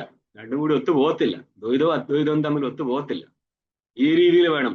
കാരണം ബ്രഹ്മാകാര വൃത്തിയിലേക്ക് വരുന്നേരം ജഗത്ത് സർവ്വം നിഷേധിച്ചും കൊണ്ടാണ് നിൽക്കുന്നത്. കേവല ബ്രഹ്മത്തെക്കുറിച്ച് അവൻ ചിന്തിക്കുന്നത്. ജഗത് സ്പർശമില്ലാത്ത കേവലനാണവൻ. പിന്നെ അവനെവിടുന്ന ശരീരം? ശരീരത്തിൽ ആധാരമായി ചിന്തിക്കുന്ന ഒരു കാര്യവും ബ്രഹ്മബുദ്ധിയാണെന്ന് പറയാൻ പാടില്ല. ഇപ്പം പിടി കിട്ടിയോ? അപ്പൊ കുണ്ടലിനെ കുറിച്ച് പറയണമെങ്കിൽ എനിക്ക് ഇത്രയും കാര്യം കൊണ്ടുവരേണ്ടി വന്നു എന്നുള്ളതാണ്. അപ്പോൾ ഇങ്ങനെ ക്ലാസ്സിൽ കേട്ടിരിക്കുന്ന ആൾക്കാർക്ക് മാത്രമേ ഖണ്ഡനം പോലും മനസ്സിലാകത്തുള്ളൂ. ഇല്ലെങ്കിൽ പിന്നെയും വരും, അയ്യോ എല്ലാ ഗുരു പറഞ്ഞിട്ടുണ്ട് 1000 സൂര്യൻ ഉദിക്കുന്ന പോലെയാ. 1000 10,000 ഇവിടെ അത് ജഡപ്രകാശമാണ്. ചേതന പ്രകാശം ഇങ്ങനെയൊന്നും അല്ല. മനസ്സിലായോ? ഈ തെറ്റുകൾ നമ്മളൊരു കാലത്ത് ശരിയെന്ന് കരുതി കണ്ട നാട്ടിലെ എല്ലാവരെയും പിടിച്ച് ഗുരുവാക്കിയിരുന്നു. എനിക്ക് തോന്നിയത് ഞാൻ ഒഴിച്ച് ഭൂമിയിൽ മൊത്തം ഗുരുക്കന്മാരാന്നാണ്. കിന്തു ഘനച്ഛന്നം നിഷ്പ്രഭമേവ ജാനാതി. ഘനത്താൽ ആച്ഛന്നമായിരിക്കുന്ന പ്രഭയില്ലാത്ത ആദിത്യനെ മാത്രമേ കാണത്തുള്ളൂ. ഇതേപോലെ അവിദ്യയാൽ ആവൃതനായിരിക്കുന്ന പ്രഭയില്ലാത്ത കേവല സ്വരൂപനെ കാണത്തില്ല. മറിച്ച് എങ്ങനെ അവിദ്യയാൽ ആവൃതനായിരിക്കുന്ന സൂര്യനാ മേഘത്താൽ ആവൃതനായിരിക്കുന്ന സൂര്യന് സമാനമായിട്ട് അവിദ്യയാൽ ആവൃതനായിരിക്കുന്ന സാക്ഷി അവനെ അറിയത്തുള്ളൂ, അല്ലാതെ കേവലനെ അറിയത്തില്ല. ആ ഒരു സാമാന്യ ജനം. ഇവിടെയാണ് ഇത്രയും പങ്ക്തിയിലൂടെ നമ്മൾ കേവലനെ കുറിച്ച് പറഞ്ഞ് മനസ്സിലാക്കിപ്പിച്ചിട്ട് കേവലം മനസ്സിലാക്കുന്നത്. ഒരു ശ്ലോകം ഉണ്ട് ഇവിടെയോ. എന്താണ്? ഘനച്ഛന്നമർക്കം തമച്ഛന്ന ആത്മാ. കേട്ടിട്ടുണ്ടോ? യഥാ നിഷ്പ്രഭം മന്യതേ ചാതിമൂഢ തദാ ബദ്ധവദ്ഭാദിയോ മൂഢദൃഷ്ടേ സ നിത്യോപലബ്ധി സ്വരൂപോഹമാത്മാ.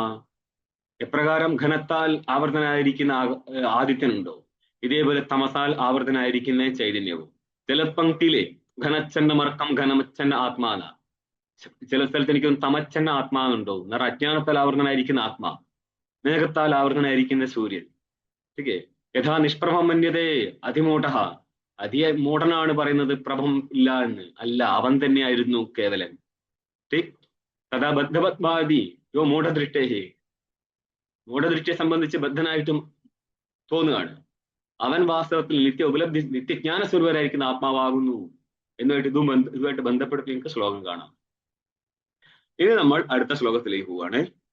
യസ് സൗഖ്യാംബുധിലേശലേശത ഇമേ ശക്രാദയോ നിർവൃതാഃ യച്ചിത്തേ നിതരാം പ്രശാന്ത കലനെ ലബ്ധ്വാ മുനിർനിർവൃതഃ യസ്മിൻ നിത്യസുഖാംബുധോ ഗലിതധീർ ബ്രഹ്മൈവന്ന ബ്രഹ്മവിദ് യക്കശ്ചിത് സുരേന്ദ്രവന്ദിതപദോ നൂനം മനീഷാ മമ. യത് സൗഖ്യാംബുധിലേശലേശതഃ യസ്യ പ്രകാശ ചിദൈകരസ സ്വരൂപസ്യ ആത്മനഃ യത്തിന് അത്രയേ അർത്ഥം എടുത്തുള്ളൂ. യാതൊരു പ്രകാശ സ്വരൂപനായിരിക്കുന്ന ആനന്ദ സ്വരൂപനായിരിക്കുന്ന ആത്മാവിന്റെ സുഖമേവ സൗഖ്യം സ്വാർത്ഥേ ഷഞ്ഞ്, സുഖത്തെ തന്നെയാണ് സൗഖ്യം എന്ന് പറയുന്നത്. യസൗഖ്യ, സൗഖ്യ അംബുതി, സുഖരൂപമായിരിക്കുന്ന സമുദ്രമാണ് എന്ന് പറഞ്ഞാല് അത്രയും നമ്മൾക്ക് ജീവനെ സംബന്ധിച്ച് കിട്ടുന്ന ആനന്ദം ലേശാനന്ദമാണ്. തസ്യവ മാത്രം ഉപജീവന്തി എന്ന് പറയും. ആ ബ്രഹ്മസ്വരൂപ ആനന്ദത്തിന്റെ ലേശം മാത്രമാണ്. അതായത് മനസ്സൊന്ന് വിഷയത്തെ പ്രാപിക്കുമ്പോൾ ഒന്നും ആ കാലുഷ്യം ചിത്തത്തിൽ മാറിയാല്, ചിത്തം ശാന്തമാവുമ്പോൾ ശാന്തമായിരിക്കുന്ന ചിത്തത്തിലെ ബ്രഹ്മത്തിന്റെ പ്രതിബിംബം നേരിടുമ്പോൾ ഉണ്ടാവുന്ന വൃത്തിയാണ് ജീവനെ സംബന്ധിച്ച ആനന്ദം. ശരി. അപ്പൊ ബ്രഹ്മത്തിന്റെ ശാന്തമായിരിക്കുന്ന ചിത്തത്തിലെ ബ്രഹ്മത്തിന്റെ പ്രതിബിംബം നേരിടുമ്പോൾ ഉണ്ടാകുന്ന വൃത്തിയാണ് നിങ്ങളുടെ നമ്മുടെയൊക്കെ ഈ ആനന്ദം. ഇത് വൃത്തിയാനന്ദമാണ്, ഇത് ബ്രഹ്മാനന്ദമല്ല. അങ്ങനെയാണെങ്കിൽ ഒരു ചോദ്യം വന്നിട്ടില്ല കേട്ടോ, ലാസ്റ്റ് ചോദിക്കേണ്ട ഇപ്പൊ ചോദിക്കുന്നു. കേവല ബ്രഹ്മത്തെ ജ്ഞാനി അറിയുമ്പോൾ അങ്ങയുടെ വൃത്തി കേവല ബ്രഹ്മത്തിന്റെ വൃത്തി ആയിരിക്കത്തില്ലേ? അങ്ങനെയാണെങ്കിൽ അത് കേവല ആനന്ദത്തിന്റെ വൃത്തി ആയിരിക്കൂലേ? ബ്രഹ്മത്തെ ഒരു ഘടത്തെ ഒരാൾ കാണുകയാണ്, ആ ഘടത്തിന് പച്ച കളറാണ്.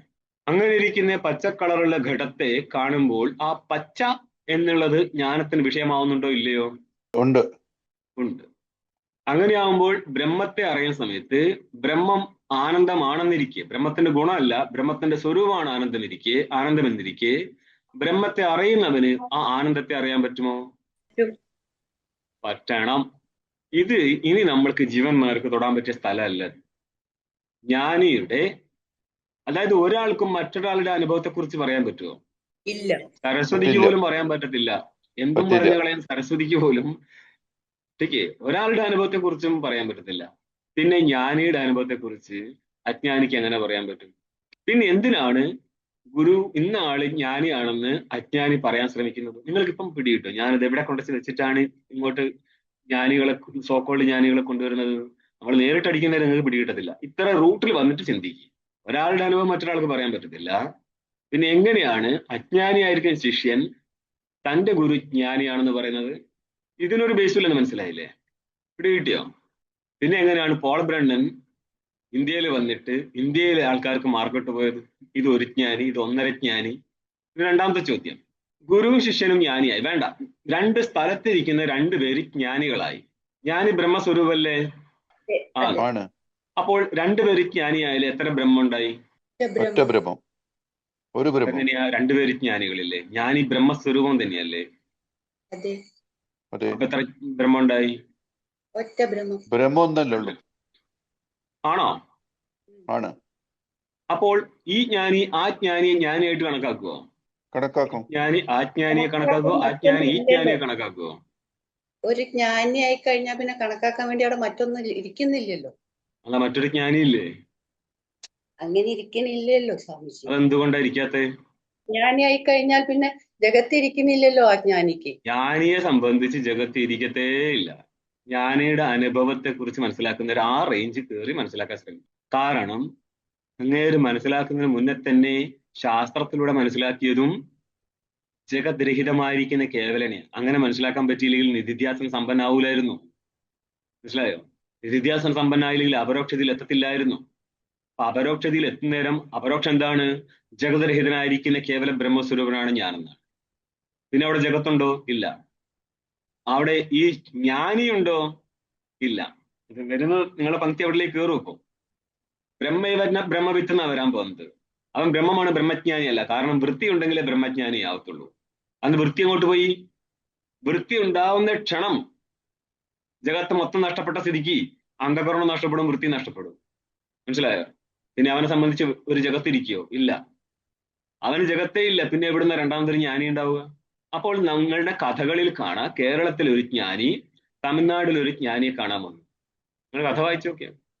എന്നിട്ട് ഇവർ തമ്മിൽ കണ്ടുമുട്ടി വെച്ച് കഴിഞ്ഞാൽ ഒരാൾ ഏതോ ഒരാളിന്റെ വീട്ടിലിരുന്നു, ഇങ്ങനെ ഇവിടുന്ന് ഫുഡ് കഴിച്ചു. ഫുഡിന് വിളിച്ചപ്പോൾ ചെന്നില്ല. കാരണം സാമാന്യമായിട്ട് അജ്ഞാനി ഒരാളെ കാണാൻ പോയാൽ ഭക്ഷണത്തിന് വിളിച്ചാൽ ചെല്ലും, അല്ലേ?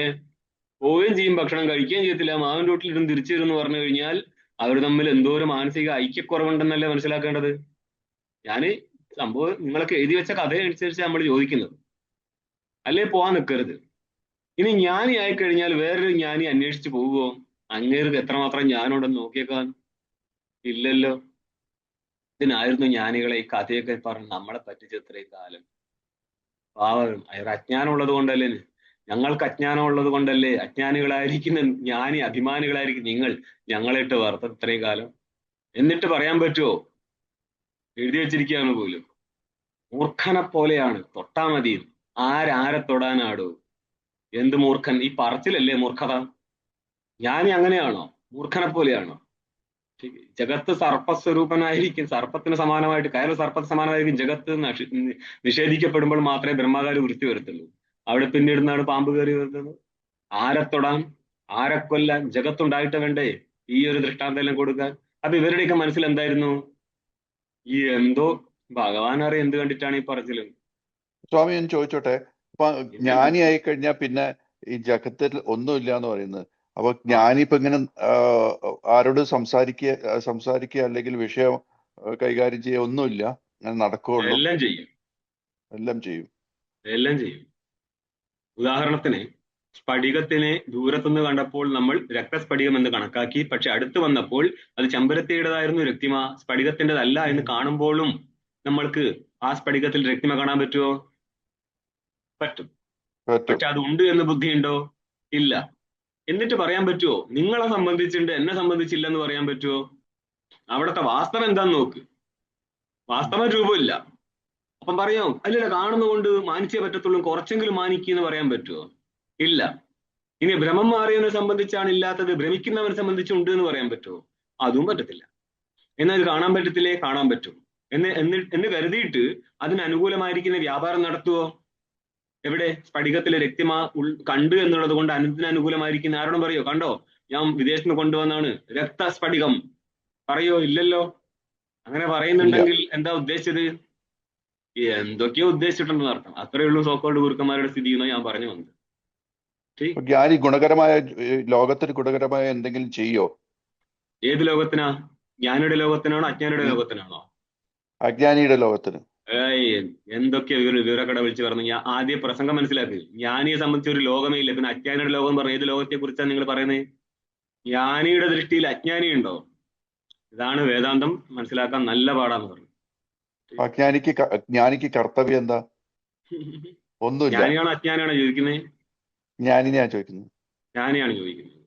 ജ്ഞാനിക്ക് ചോദിക്കാൻ പറ്റുമോ? ഇത്രയും കേട്ടതിന്റെ പേരിലെങ്കിലും പറ. അല്ല, ജ്ഞാനിയല്ല, നിങ്ങൾക്ക് അജ്ഞാനി ആണ് ചോദിക്കുന്നത്. ജ്ഞാനിക്ക് എന്തെങ്കിലും കർത്തവ്യം ഉണ്ടോ? ഞാൻ അജ്ഞാനിയോട് പറഞ്ഞു മനസ്സിലാക്കുകയാണ് ജ്ഞാനിയെ സംബന്ധിച്ച് ജഗത്തില്ല എന്ന്. പിന്നെ ആ അജ്ഞാനി പോലും ചോദിക്കാൻ പാടുണ്ടോ ചോദ്യം? നമ്മൾക്ക് ഇത് അജ്ഞാനിയായിട്ട് പോലും നമ്മൾക്ക് ഇത് മനസ്സിലാവുന്നില്ലെങ്കിൽ പാടാണ്. ജ്ഞാനിയുടെ സ്റ്റേജിൽ എത്തേണ്ട ആവശ്യമൊന്നുമില്ല ജ്ഞാനിയുടെ അനുഭവ സ്ഥിതി മനസ്സിലാക്കാൻ. അജ്ഞാനാവസ്ഥയിൽ തന്നെയാണ് മനസ്സിലാക്കുന്നത്. നമ്മൾക്ക് അജ്ഞാനം ഉണ്ടെങ്കിൽ, ഞാൻ ഇന്നലെയും കുറെ ദൃഷ്ടാന്തം പറഞ്ഞു തന്നിട്ടുണ്ടല്ലോ ഇതുമായിട്ട് ബന്ധപ്പെടുത്തിയിട്ട്. ടീക്കേ, നിങ്ങൾ ശ്രവണം എന്ന് പറഞ്ഞിടത്തിലേക്ക് ബുദ്ധിക്ക് പ്രവഹിക്കാൻ പറ്റണം. അങ്ങനെയാണ്. ഇനി പങ്ക്തിയിലേക്ക് പോവുകയാണ്. യസ് സൗഖ്യ അംബുധി, യാതൊരു സുഖസ്വരൂപ സമുദ്രം എന്ന് പറഞ്ഞ സുഖമായിരിക്കുന്ന സ്വരൂപം, അത് തന്നെ സമുദ്രം എന്ന് പറഞ്ഞാൽ ആനന്ദേകര സ്വരൂപനായിരിക്കുന്ന ആത്മാ. ഇതിന്റെ ലേശത്തിന്റെയും ലേശം വളരെ കുറച്ച് മാത്രം നേടിയിട്ടാണ് ഇമേ ശക്രാദയോ, ഈ ശക്രാദികളായിരിക്കുന്ന, ശക്രം എന്ന് ഉദ്ദേശിച്ചത് ഇന്ദ്രൻ, ഇന്ദ്രാദികളായിരിക്കുന്ന ദേവതകൾ, നിർവൃതാഹ ആനന്ദന്മാരായിരിക്കുന്നു. ഉദ്ദേശിച്ചത് ജീവന്മാരുടെ ആനന്ദം യാതൊരു ബ്രഹ്മസ്വരൂപത്തെ ആനന്ദത്തിന്റെ ലേശം മാത്രം നേടിയിട്ടുള്ളതായിരിക്കുന്നുവോ?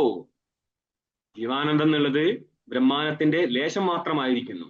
എന്ന് പറയുക യാതൊരു ആനന്ദം ഇരിക്കുന്നതിനാൽ ജീവന്മാർക്ക്, ശക്രണം ജീവനാണ്, ഇന്ദ്രൻ ഒരു ജീവൻ മാത്രമാണ്, ദേവതകൾ ജീവൻ മാത്രമാണ്. ദേവതകൾ ജീവനാണെന്നിരിക്കെ നമ്മളായിരിക്കുന്ന ജീവനിൽ നിന്ന് ചൈതന്യം പ്രവഹിക്കുന്നതായിട്ട് കണ്ടിട്ടുണ്ടോ? നമ്മളായിരിക്കുന്ന ശരീരത്തിൽ നിന്ന് ചൈതന്യം ഇങ്ങനെ പ്രവഹിച്ചിട്ടുണ്ടോ? അതായത് ഹാപ്പി ഇൻഡെക്സ് കേട്ട് കഴിഞ്ഞാല് മതസ്ഥന് കലിയളവും. കാരണം ആ ഇൻഡെക്സിലൊക്കെ വിദേശ രാജ്യങ്ങളാണ് മുന്നിൽ നിൽക്കുന്നത്. നോർവേ പോലുള്ള രാജ്യങ്ങളിൽ മതം പോലും ഇല്ല. തെറ്റല്ലേ? ഞാൻ പറയുന്നതിന്റെ കാര്യം മനസ്സിലായി?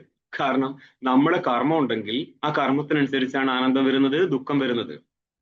അവിടെ ദേവതകൾക്ക് ഒരു റോളും ഇല്ല. ഈ ദൃഷ്ടാന്തമാണ് നാരായണത്വ ഭ്രാന്തം പറയുന്നത്. ഒരു സെക്കൻഡ് പോലും അങ്ങോട്ടും പ്രാണം കൊടുക്കാൻ പറ്റില്ല, ഇങ്ങോട്ടും കൊടുക്കാൻ പറ്റില്ല, പിന്നെ എന്താക്കാനാ? മനസ്സിലായോ? ഒരു ചുക്കും ചെയ്യാൻ പറ്റത്തില്ല. ഇതാണ് സ്ഥിതി. പ്രാരബ്ധം ആരാ വിട്ടുകൊടുക്കുന്നത്? ഈശ്വരന്റെ കൺട്രോളിൽ കിടക്കുന്ന പ്രാരബ്ധം. ഇവിടെ ദേവതകൾക്ക് ചെയ്യാൻ പറ്റുന്ന വിഘ്നം ഉണ്ടാക്കാം എന്നുള്ളത് കൊണ്ട് ബ്രഹ്മാകാര വൃത്തിക്കും ശാസ്ത്ര അധ്യയനത്തിനും വിഘ്നം ഉണ്ടാക്കാം എന്നുള്ളത് കൊണ്ട് ദേവത ആരാധന വേണമെന്നാണ് ഭാഷ്യകാരൻ പറഞ്ഞു വെച്ചത്. അതിന്റെ ദൃഷ്ടാന്തമൊക്കെ നിങ്ങൾക്ക് ബൃഹദാരണ്യത്തിൽ കിട്ടും. ഇനിയും കൂടുതൽ ബ്രഹ്മസൂത്രത്തിൽ വിശദീകരിക്കും. വടിയെടുത്ത് വടിയിലൊന്നും നിൽക്കത്തില്ല, ബുദ്ധിയെ കറക്കി വിടത്തുള്ളൂ എന്ന് പറയും. പക്ഷെ അപ്പോൾ പോലും കരുതണ്ട, എല്ലാം എന്തും ചെയ്ത് കളയാനുള്ള സാമർഥ്യമുണ്ട്, പറ്റത്തില്ല. ഇനി അതേപോലെ ജീവനായിരിക്കും നമ്മൾക്ക് ചൈതന്യം നമ്മുടെ ശരീരത്തിലൂടെ ചെരിഞ്ഞോ വലങ്ങിനെയോ ഒന്നും പോകുന്നില്ല. ഇതേപോലെ ഇതിനേക്കാൾ ബ്ലണ്ടർ ആണെന്ത്? കല്ലിനെ ദേവത എന്ന് കരുതുന്നത്. എന്നിട്ട് ഈ മണ്ടന്മാര് പറയുന്നത് എന്താ? ക്ഷേത്രത്തിൽ പോയാൽ സൈഡ് കൊള്ള നിൽക്കണം, സൈഡിലേക്കാണ് ചേതനൻ. എന്തെന്നാടാ? ഭ്രാന്തിനുള്ളിയ ഒരു സീമ എന്ന് ചോദിക്കാൻ പാടില്ല. ഭ്രാന്തിന് ഒരു സീമയില്ല എന്നുള്ളതാണ്. ഇതാണ് നമ്മൾ ഈ കാണുന്നത്. എന്തും വിളിച്ചു പറയാം. അപ്പോ ചക്രാദികൾ പോലും യാതൊരു ആനന്ദത്താൽ എന്ന് പറഞ്ഞാൽ ആനന്ദ ബ്രഹ്മത്തിന്റെ ലേശം മാത്രം നേടിക്കൊണ്ട് ആനന്ദവാന്മാരായിരിക്കുന്നു. ഇതെന്തിനാ ചക്രാദികൾ എടുത്തത്? നിങ്ങൾക്കിത് ചരിത്രത്തിൽ കാണാം. ആനന്ദമീമാംസ. ഓക്കെ, അവിടെ ജീവന്റെ ആനന്ദം എന്ന് പറഞ്ഞാല് നമ്മളെ ആനന്ദത്തെ ഒന്നും അവിടെ എടുത്തിട്ടില്ല ഒരു ജീവന്റെ ആനന്ദമായിട്ട്. സർവ്വ വിഭൂതികളോടും കൂടിയിരിക്കുന്ന ചക്രവർത്തിയുടെ ആനന്ദത്തെയാണ് ഒരു ആനന്ദമായിട്ട് മാനുഷാനന്ദമായിട്ട് ഗണിച്ചത് പോലും. പിന്നെ അങ്ങോട്ടേക്ക് ഗന്ധർവാനന്ദം, ആജാന ദേവതകളുടെ ആനന്ദം, കർമ്മജദേവന്മാരുടെ ആനന്ദം, കർമ്മത്താൽ ജനിക്കുന്ന ചക്രാദികളായിരിക്കും ദേവന്മാരുടെ ആനന്ദം. ശതഗുണം മുന്നേറുകയാണിത്. 100 ഇരട്ടിയായിട്ട് പോവുകയാണ്. ഇതിന്റെ അവസാന ആനന്ദമാണ് ബ്രഹ്മസ്വരൂപാനന്ദം. ആ ആനന്ദത്തിന്റെ ലേശം മാത്രമാണ് ദേവതാദികൾ പോലും ഗ്രഹിച്ചിട്ട് ആനന്ദവാന്മാരായിട്ടിരിക്കുന്നത്. യത് ചൈതന്യം ചിത്തേ നിതരാം പ്രശാന്ത കലണേ ലബ്ധ്വാ മുനിർ നിർവൃതാഹ. യാതൊരു ആനന്ദത്തെ ചിത്തത്തിൽ നിരന്തരമായിട്ട് പ്രശാന്തമായിരിക്കുന്ന ചലനമാണ് എന്ന് പറഞ്ഞാൽ, ചിത്തത്തിൽ ബ്രഹ്മത്തിന്റെ പ്രശാന്തമായിരിക്കുന്ന ചലനം എന്തായിരിക്കും? ആ ബ്രഹ്മാകാര വൃത്തിയാണ്. മനസ്സിലായോ? എന്നിട്ട് എന്ത് പറ്റി? ഈ വൃത്തിയിൽ നിന്ന് ഇത് പരോക്ഷ വൃത്തിയായിരുന്നു. ഈ അപരോക്ഷതാം ലബ്ധ്വ എന്ന് മനസ്സിലായിക്കോളൂ. ലബ്ധ്വ എന്ന് അപരോക്ഷതയെ പ്രാപിച്ചിട്ട് മുനിർ നിർവൃത, മുനി മുക്തനായിരിക്കുന്നുവോ? ഈ മുനി മുക്തനാവാനുള്ള ബ്രഹ്മാകാര വൃത്തി അപരോക്ഷ ബ്രഹ്മാകാര വൃത്തിയാണ്. ചക്രാദികൾ ലൗകിക ആനന്ദത്തെ പ്രാപിച്ചിട്ടുള്ളൂ. ആ ആനന്ദത്തെ പ്രാപിക്കുമ്പോൾ പോലും എന്താ പറഞ്ഞത്? യാതൊരു ബ്രഹ്മസുഖത്തിന്റെ ലേശം മാത്രം അനുഭവിച്ചിട്ട് ചക്രാദികൾ ആനന്ദഭരിതന്മാരായിരിക്കുന്നുവോ, അതേപോലെ മുനി നിർവൃതൻ മുക്തനാവാനുള്ള കാരണം എന്താ? അതേ ബ്രഹ്മം തന്നെ നിരന്തരം മനസ്സിൽ പരോക്ഷതയാ വന്നുകൊണ്ട് അപരോക്ഷതയിൽ എത്തിച്ചേർന്നപ്പോൾ മുനി മുക്തനായിരിക്കുന്നുവോ? യസ്മിൻ നിത്യസുഖാംബുധോ ഗലിതധീർ. ഇനി സാമാന്യമായിട്ട് ഏതൊരു ജീവനെ എടുത്തു പറയാണ്, യാതൊരു സുഖസ്വരൂപ ബ്രഹ്മത്തിൽ, യസ്മിൻ നിത്യസുഖാംബുധോ, അമ്പുധി സമുദ്രം, നിത്യമായിരിക്കുന്ന സുഖമായിരിക്കുന്ന അമ്പുധിയിൽ, നിത്യസ്വരൂപ ബ്രഹ്മസാഗരത്തിൽ, യാതൊരു നിത്യസ്വരൂപ ബ്രഹ്മസാഗരത്തിൽ, ഗലിതാധീർ യസ്യ, ഗലിതമായിരിക്കുന്നേ, വീണുപോയിരിക്കുന്നേ, നിമഗ്നമായിരിക്കുന്നേ. ബുദ്ധി എന്ന് പറഞ്ഞാൽ ബുദ്ധിവൃത്തി. ഈ ബുദ്ധിവൃത്തി ആരുടേതാണോ? ആരുടേതാ? ജ്ഞാനിയുടേത്. ആ ജ്ഞാനിയെ കുറിച്ചാണ് ഇനി പറയുന്നത്. ബ്രഹ്മൈവ ന ബ്രഹ്മവിത്ത്. അവനെ നീ ബ്രഹ്മവിത്ത് എന്ന് പറയരുത്, ബ്രഹ്മം മാത്രമാണ്. കാരണം ബ്രഹ്മം വേത്തി ബ്രഹ്മവിത്ത് എന്ന് പറഞ്ഞപ്പോൾ എന്ത് വേണം? വേത്തി എന്ന് പറഞ്ഞ വൃത്തിജ്ഞാനം വേണ്ടിയിരുന്നു. വൃത്തിജ്ഞാനം ബ്രഹ്മാകാര വൃത്തിയോടുകൂടി വൃത്തിയും വൃത്തിമത്തായിരിക്കുന്ന അന്ധക്കരണവും എന്നേക്കുമായി ബ്രഹ്മസ്വരൂപത്തിലേക്ക് മാറിയതിനാൽ പിന്നെ എങ്ങനെയാണ് അവിടെ ഒരു വൃത്തിയും വൃത്തിമാനെയും കണ്ടെത്താൻ പറ്റുക? ഇതൊന്ന് പരിചിന്തനം നടത്തുക. ഇത് വല്ലാത്തൊരു സ്ഥലമാണ്. ജ്ഞാനത്തോടുകൂടി ഞാൻ ബ്രഹ്മസ്വരൂപമായി കഴിഞ്ഞാൽ പിന്നെന്തില്ല? ജഗത്തുമില്ല, ഇതുവരെ അറിഞ്ഞ ഞാനും ഇല്ല ഇവിടെ. കാരണം ഞാൻ നിത്യശുദ്ധനായിരിക്കുന്ന ബ്രഹ്മസ്വരൂപ. ഇനി പറയാൻ പറ്റുമോ ഞാനും എന്റെ പിള്ളേരും? നിങ്ങൾക്കൊന്നും ജ്ഞാനം മക്കളെ. ഈ ആശ്രമത്തിൽ സേവ ചെയ്യാത്ത ഒരുത്തൻ രക്ഷപ്പെട്ടു പോയിട്ടില്ലെന്ന് പറയാൻ പറ്റുമോ? ഇനി പറയാൻ പറ്റുമോ മാനവസേവ മാധവസേവ എന്ന്? എന്തുകൊണ്ടാ? എന്തുകൊണ്ടാ മാനവസേവ മാധവസേവ ശരിയല്ലെന്ന് പറയുന്നത്? ശരി ആവുന്നത് ആർക്കായിരിക്കും? അജ്ഞാനിക്ക് നല്ല കർമ്മം ചെയ്താൽ അതിൽ നിന്ന് പുണ്യം കിട്ടും. അത് മാധവന്റെ സേവ. മാധവനാരാ? പരമാത്മാ. പരമാത്മാവിന്റെ സേവ മാനവന്റെ സേവയാണോ? മാനവന്റെ സേവ മാധവന്റെ സേവയാണോ? ഇത് ആരോടാ പറയുന്നത്? സ്വന്തം ആശ്രമത്തിലെ കുട്ടികൾക്ക് ശാസ്ത്രം പഠിക്കാനുള്ള ബുദ്ധിയില്ല എന്നുള്ളത് കൊണ്ട് അവരെ നിങ്ങൾ സൊസൈറ്റിയിലേക്ക് ഇറക്കിക്കോ എന്ന് കരുതിയിട്ട് ശാസ്ത്രത്തിൽ കയറി നിരങ്ങാതെ, നിരങ്ങുക എന്നുള്ളതിന് മുന്നൊരു പദം കൊണ്ട് ഞാൻ എടുത്തു കളഞ്ഞതാണ്. ശാസ്ത്രത്തെ ശാസ്ത്രമായിട്ട് സമീപിക്കുക. അപ്പോൾ ഞാൻ ഈ ലോകത്തെ രക്ഷിച്ചു കളയുമെന്നോ അല്ലെങ്കിൽ നിങ്ങൾക്ക് വേണ്ടി ഞാൻ സോഷ്യൽ വർക്ക് നടത്തുകയാണ് കാരണം സൊസൈറ്റിയിൽ നിന്ന് ഭിന്നമായിട്ട് പരമാത്മാവില്ല എന്നോ ഇതൊക്കെ ഇങ്ങോട്ട് പഠിപ്പിക്കരുത്. കാരണം ഈ ജഗത്ത് മൊത്തം മിഥ്യയാണെങ്കിൽ മാത്രമേ ബ്രഹ്മ സത്യാവത്തുള്ളൂ. സത്യത്തെ തിരിച്ചറിയേണ്ട സ്ഥലത്ത് കർമ്മമല്ല കാരണം. നിങ്ങൾ ഈ മാനവന് ചെയ്യുന്ന സേവ കർമ്മമാണ്. കർമ്മം അന്ധകരണക ശുദ്ധിക്ക് കാരണമാവും എന്നല്ലാതെ അത് പ്രമാണാവസ്ഥയിൽ നിൽക്കാത്തത് കൊണ്ട് ബ്രഹ്മാകാര വൃത്തിക്ക് കാരണമേ ആകത്തില്ല.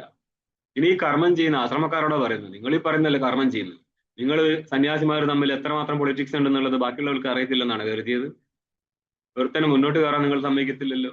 നിങ്ങൾ ഗ്രൂപ്പ് വൈസ് ഉണ്ടാക്കിയിട്ട് തമ്മിൽ തല്ലി കൂടുന്ന ടീമല്ലേ? ശരി, നിങ്ങൾ സൗത്ത് ഇന്ത്യൻ നോർത്ത് ഇന്ത്യൻ എന്നും പേര് തല്ലു കൂടിയിട്ട് മറ്റുള്ളവർക്ക് പ്രസിഡന്റ് പദം കൊടുക്കാത്ത ആൾക്കാരല്ലേ? എന്നിട്ടാണ് നാട്ടിൽ സേവ ചെയ്തിട്ട് അങ്ങോട്ട് ശരിയായിക്കളെന്ന് പറയുന്നത്. എത്രയും വലിയ ആശ്രമമാണോ, എത്രയും ആൾക്കാരുണ്ടോ അത്രയും പൊളിറ്റിക്സ് ഉണ്ടാവും. ജൂനിയർ പൊളിറ്റിക്സ്, സീനിയർ പൊളിറ്റിക്സ് എന്ന് പറഞ്ഞ പൊളിറ്റിക്സ് തന്നെ സന്യാസിമാരുടെ ഇടയിൽ ഓടിയിറക്കുക. എന്നിട്ടാണ് പറയുന്നത് ഇല്ല അല്ല സേവ ചെയ്ത് അന്ധകരണം ശുദ്ധമായിട്ടുണ്ട്. സേവ ചെയ്ത് അന്ധകരണം ശുദ്ധമാവണമെങ്കിൽ ചെയ്യിപ്പിക്കുന്ന ആൾക്ക് ബോധം വേണ്ടിയിരുന്നു. ചെയ്യിപ്പിക്കുന്ന ആൾക്കേ ബോധമില്ലെങ്കിൽ പിന്നെ നിങ്ങൾ ഇതൊന്നും പ്രതീക്ഷിക്കരുത്. അതൊരു പ്രസ്ഥാനമാണ്, അത് മിഷനാണ്, അത് പ്രത്യേക കാര്യത്തിന് വന്നതാണ്. അത് മതമാണ്. സ്പിരിച്വാലിറ്റി മതമല്ല. ഓക്കെ, ഇന്നവനെ പാടുള്ളൂ, ഇന്ന മതക്കാരനെ പാടുള്ളൂ എന്നില്ല, എല്ലാവരും ഉൾക്കൊള്ളുന്നതാണ്. അതുകൊണ്ടാണ് സ്പിരിച്വാലിറ്റി ഈ രീതിയിൽ മതമല്ലാതെ പോകുന്നത്. അവർക്ക് മതമാണ്, മതസ്ഥന് ഈ സാധനമൊക്കെ മതമാണ്. ഞങ്ങൾക്കേ ജ്ഞാനം ഉണ്ടാകത്തുള്ളൂ. ഈ വെറും കെട്ടന്മാർ വേറെ ഒരു കാര്യം പറയും. വിദേശത്ത് നിന്ന് ഇന്ത്യയിലേക്ക് വരുന്ന സമയത്ത് എയറില് അപ്പോൾ ഇന്ത്യയുടെ ഭൂപ്രദേശത്ത് എത്തുന്ന നേരം മനസ്സിന് ശാന്തതയുണ്ട്, അതുകൊണ്ട് ഇന്ത്യ ശാന്തമായിരിക്കും ജഗത്ത. ഓഹ്, എന്താ കണ്ടെത്തല്! കേട്ടിട്ടില്ല ഇതൊക്കെ? തള്ളുകൾ ഇങ്ങനെ എന്തൊക്കെ തള്ളുണ്ട് നമ്മളെ മതസ്ഥരുടെ കയ്യിൽ. ഈ മതബുദ്ധി മാറ്റിവെക്കാതെ ബ്രഹ്മാകാര വൃത്തിക്ക് ശ്രമിക്കണ്ട. കാരണം ഇതൊരു മതത്തിൻ്റെതും അല്ല സാധനം. അതെങ്ങനെയാ? ഞങ്ങളതല്ലേ, സംസ്കൃതമല്ലേ? ഓടൂ. ആ സമയത്ത് വേറൊരു മതം ഇല്ലാത്തത് കൊണ്ട് മാത്രം നിന്നതാണ്. മറ്റു മതം വന്നപ്പോൾ പേരിട്ട് വിളിച്ചതല്ലേ. അപ്പോൾ എന്ത് പറ്റി? ബ്രഹ്മൈവ ന ബ്രഹ്മവിത്ത്, അവൻ ബ്രഹ്മം മാത്രമാണ്, ബ്രഹ്മ വിത്തല്ല എന്ന് പറയുന്ന അർത്ഥം ബ്രഹ്മജ്ഞാനിയല്ല, ബ്രഹ്മമാണ്. ഈ പദം ഇതിന്റെ അന്വയം കിട്ടണമെങ്കിൽ നിങ്ങൾക്ക് 535 പേജില് 9ാമത്തെ പങ്ക്തി കാണും. ധീഹി അർത്ഥം പറയാണ് ബുദ്ധിഹി ബ്രഹ്മാകാര വൃത്തി ഹൃദയാവത്. ഗലധി എന്നുള്ള സ്ഥലത്തെ ധീ ആണ് പറയുന്നത്. ധീ ബുദ്ധി എന്നർത്ഥം. ബുദ്ധി എന്ന് പറഞ്ഞാല് വൃത്തി എടുത്തോളാം. അതുകൊണ്ട് സ്പഷ്ടീകരണം കൊടുത്തത് ബ്രഹ്മാകാര വൃത്തി എന്ന്. യസ്യ ആർക്കാണ് ഇങ്ങനെ ബ്രഹ്മാകാര വൃത്തിയുള്ളത്? സ തഥാ സഹ ഗലിതധീഹി എന്നർത്ഥം. അവനാണ് ഗലിതമായിരിക്കും ധീയോടുകൂടിയത് എന്ന് പറഞ്ഞ ബ്രഹ്മാകാരത്തിൽ നിമഗ്നമായിരിക്കുന്ന ബുദ്ധിവൃത്തിയോടുകൂടി അവൻ എന്നർത്ഥം. വൃത്തി അധീന വേദ്യത്വം വേദിതൃത്വം ച. വൃത്തിക്ക് അധീനമായിട്ട് മാത്രമാണ് വിഷയത്തിൽ വേദ്യത്വവും വിഷയീകരിക്കുന്നവനിൽ വേദിതൃത്വവും ഇരിക്കുന്നത്. അപ്പൊ ഇവിടെ വേദ്യത്വം എവിടെ ഇരിക്കുക? ബ്രഹ്മത്തിലിരിക്കും വേദ്യത്വം. വേദ്യം എന്ന് പറഞ്ഞാൽ വേദനയുടെ വിഷയമാണ് വേദ്യം, അവിടെ ഇരിക്കും വേദ്യത്വം. ഇവിടെ ഇരിക്കുന്ന വേദന എന്ന് പറഞ്ഞ ജ്ഞാനം ഏതാ? ബ്രഹ്മാകാര വൃത്തിയാ. അതിന്റെ വിഷയം ഏതാ? ബ്രഹ്മമാണ്. അതുകൊണ്ട് വേദത്വം എവിടെ ഇരിക്കും? ബ്രഹ്മത്തിലിരിക്കും. വേദിതൃത്വം എവിടെ ഇരിക്കും? ജ്ഞാനിയിലിരിക്കും. അപ്പൊ ജ്ഞാനിയിൽ വേദിതൃത്വം മാനിച്ചു, ബ്രഹ്മത്തിൽ വേദ്യത്വം മാനിച്ചു. ആകാശം ഇടിഞ്ഞ് വീണില്ലേ? അങ്ങനെയൊന്നും മാനിക്കാൻ പാടില്ലല്ലോ. ബുദ്ധിയുടെ വൃത്തി അല്ലല്ലോ മക്കളെ ബ്രഹ്മം എന്നൊന്നും പറഞ്ഞേക്കരുത്. ഏറ്റവും കഷ്ടപ്പാട് സോക്കോട് കുറുക്ക മനുഷ്യന്മാരെ പഠിപ്പിക്കാനാണ്. കാരണം മറ്റുള്ളവന്റെ ബുദ്ധിയൊക്കെ നശിപ്പിച്ചു വെച്ചിട്ടുണ്ടാവും സാധനങ്ങൾ. നമുക്ക് രണ്ടാമത് റിഫൈൻ ചെയ്തെടുക്കാൻ ഭയങ്കര പാടാണ്. ഏതാദൃശ കശ്ചിദിത്യനേന ബ്രഹ്മവിത്ത് നിർവികൽപക സമാധിമാൻ ലോകേ ദുർലഭ ഇതി ഗമ്യതേ. ഏതാദൃശ എന്ന് പറഞ്ഞത് കൊണ്ട് കശ്ചിത് ഇത്യനേന ബ്രഹ്മവിത്ത് എന്നുള്ള നിർവികൽപക സമാധി നോക്കണേ, അണ്ടർലൈൻ ചെയ്തോ. നിർവികൽപക സമാധിയായിട്ട് ഇതിനെ മാനിക്കാം. ജ്ഞാനത്തെ ചോദിക്കും, നിങ്ങളുടെ ശാസ്ത്രത്തിൽ നിർവികൽപ സമാധി ഉണ്ടോ? ഉണ്ടെന്ന്. യോഗസൂത്രത്തിൽ നിർവികൽപക സമാധി സ്ഥലത്ത് അന്ധക്കരണത്തിൽ എന്ത് വൃത്തി ഉണ്ടാവുക? യോഗസൂത്രത്തിന് സാങ്കത്യത്തിനനുസരിച്ച് നിർവികൽപക സമാധി സ്ഥലത്ത് അന്ധക്കരണത്തിൽ ഏത് വൃത്തി ഉണ്ടാവുക? ശ്രീവിദ്യ പറ. യോഗസൂത്രത്തിനനുസരിച്ച് നിർവികൽപക സമാധി സ്ഥലത്ത് അന്ധക്കരണത്തിൽ ഏത് വൃത്തി ഉണ്ടാവും? ഒരു വൃത്തി ഉണ്ടാവില്ല സ്വാമിജി, നിർവികൽപകല്ല. എന്നാലും വൃത്തികെട്ടവനാവും അന്ധക്കരണം, അല്ലേ? ഇത് കണ്ടിട്ട് നിങ്ങൾ വേദാന്തം അന്വയിച്ചേക്കരുത്. വേദാന്തത്തിൽ നിർവികൽപക സ്ഥലത്ത് ഏത് വൃത്തി ഉണ്ടാവും? ബ്രഹ്മവൃത്തി ഉണ്ടാവും. ബ്രഹ്മാകാര വൃത്തി ഉണ്ടാവും. ശരി, ഇതാണ് ശാസ്ത്രങ്ങൾ തമ്മിലുള്ള വൈരുദ്ധ്യം. ഇത് മനസ്സിലാക്കണമെങ്കിൽ ശാസ്ത്രം പഠിച്ചേ പറ്റത്തുള്ളൂ. എന്നപ്പോൾ പാണ്ഡിത്യമാണ് എന്നും പറഞ്ഞ് ചാടരുത്. പാണ്ഡിത്യം തന്നെയാണ്. നിങ്ങൾക്ക് അറിയത്തില്ല, ഇത് പഠിച്ചവനെ അറിയത്തുള്ളൂ. ഓക്കെ, ഗുരുക്കന്മാരുടെ ഗുരുക്കന്മാരുടെ ശിഷ്യന്മാർക്ക് ഇതിന് യാതൊരു ബന്ധം ഉണ്ടാകത്തില്ല. ശാസ്ത്രം പഠിക്കാൻ അറിയാൻ ഇതൊക്കെ മനസ്സിലാക്കാനും പറ്റും. ഇല്ലാതെ കാര്യമൊന്നുമല്ല. അപ്പം നിരന്തരമായിരിക്കുന്ന ബ്രഹ്മാകാര വൃത്തി സ്ഥലത്ത് എനിക്ക് ബ്രഹ്മാകാര വൃത്തി ഉണ്ട് എന്നുള്ള തിരിച്ചറിവ് പോലും ഇല്ലാതെ ബ്രഹ്മാകാരത്തിൽ ആണ്ടുപോയിരിക്കുന്ന ചിത്തമാണത്. അവിടെയാണ് നമ്മൾ നിർവികൽപക സമാധി, അസംപ്രജ്ഞാ സമാധി എന്നൊക്കെ പറയുന്നത്. നിങ്ങള് 528 പേജില് 13-ാം പങ്ക്തിയിൽ നോക്കിക്കോ. മനസ്സോ വൃത്തി ശൂന്യസ്യ ബ്രഹ്മാകാരതയാ സ്ഥിതിഃ യാ സംപ്രജ്ഞാതനാമാസോ സമാധിരവിധീയതേ. സമാധി എന്നുള്ളത് യാ സംപ്രജ്ഞാത എന്നല്ല കേട്ടോ, യാ അസംപ്രജ്ഞാത എന്നാ ഒരൊറ്റടിക്കുക. ഇത് പ്രിന്റ് കട്ട വെച്ചവനും ബോധമില്ലായിരുന്നു എന്നുള്ളതാണ്. മനസ്സോ വൃത്തിശൂന്യസ്യ ബ്രഹ്മാകാരതായ സ്ഥിതി. രണ്ടും ഇത് വളരെ പ്രധാനപ്പെട്ടതാണ്. വൃത്തിശൂന്യമായിരിക്കുന്ന മനസ്സിൽ ഏത് വൃത്തി ഉണ്ടാവും? ഒരു വൃത്തി ഉണ്ടാവില്ല. ഒരു വൃത്തി ഉണ്ടാവാൻ പാടില്ല. പക്ഷെ എഴുതിയ മുന്നോട്ടെന്താ? ബ്രഹ്മാകാരതയാ സ്ഥിതി. ബ്രഹ്മാകാരത മനസ്സിൽ വരുമ്പോൾ ഏതാകാരം ഉണ്ടാവും ചിത്തത്തിന്? ബ്രഹ്മത്തിന്റെ ആകാരം. ബ്രഹ്മത്തിന്റെ ആകാരം ഉണ്ടാവും. എന്താ ഇന്നപ്പോൾ രണ്ടെണ്ണം കൂടിയും കൂട്ടി വെക്കാൻ കാരണം എന്താ? അന്യാകാരമില്ലാതെ ബ്രഹ്മാകാരത്തിൽ മാത്രം ഇരിക്കുന്ന ചിത്തം എന്നാ അതിന്റെ അർത്ഥം. ഇതിനെയാണ് യാ അസംപ്രജ്ഞാതത എന്നാണ്. പ്രിന്റില് യായും സംപ്രജ്ഞാത എന്നായി കളഞ്ഞു. പൊക്കത്ത് ഒന്നിച്ച് ദണ്ഡ അടിക്കി.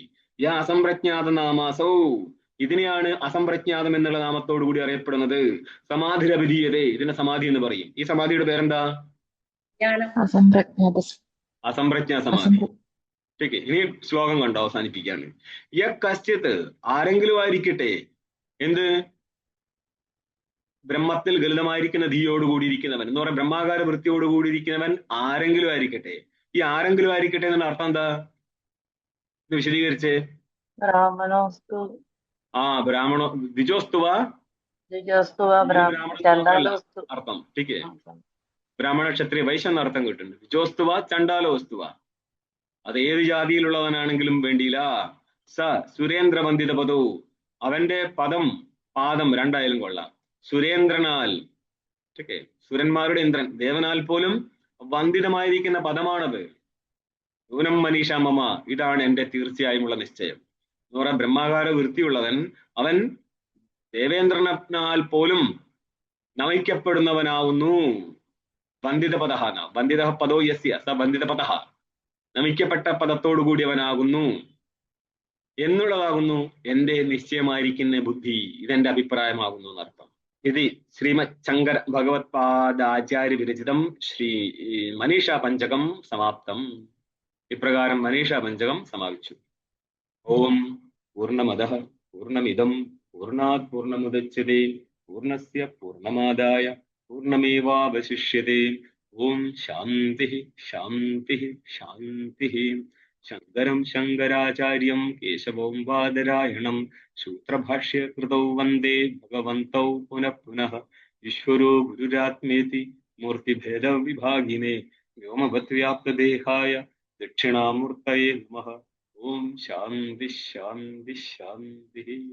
നമോ നാരായണ. ഹരി.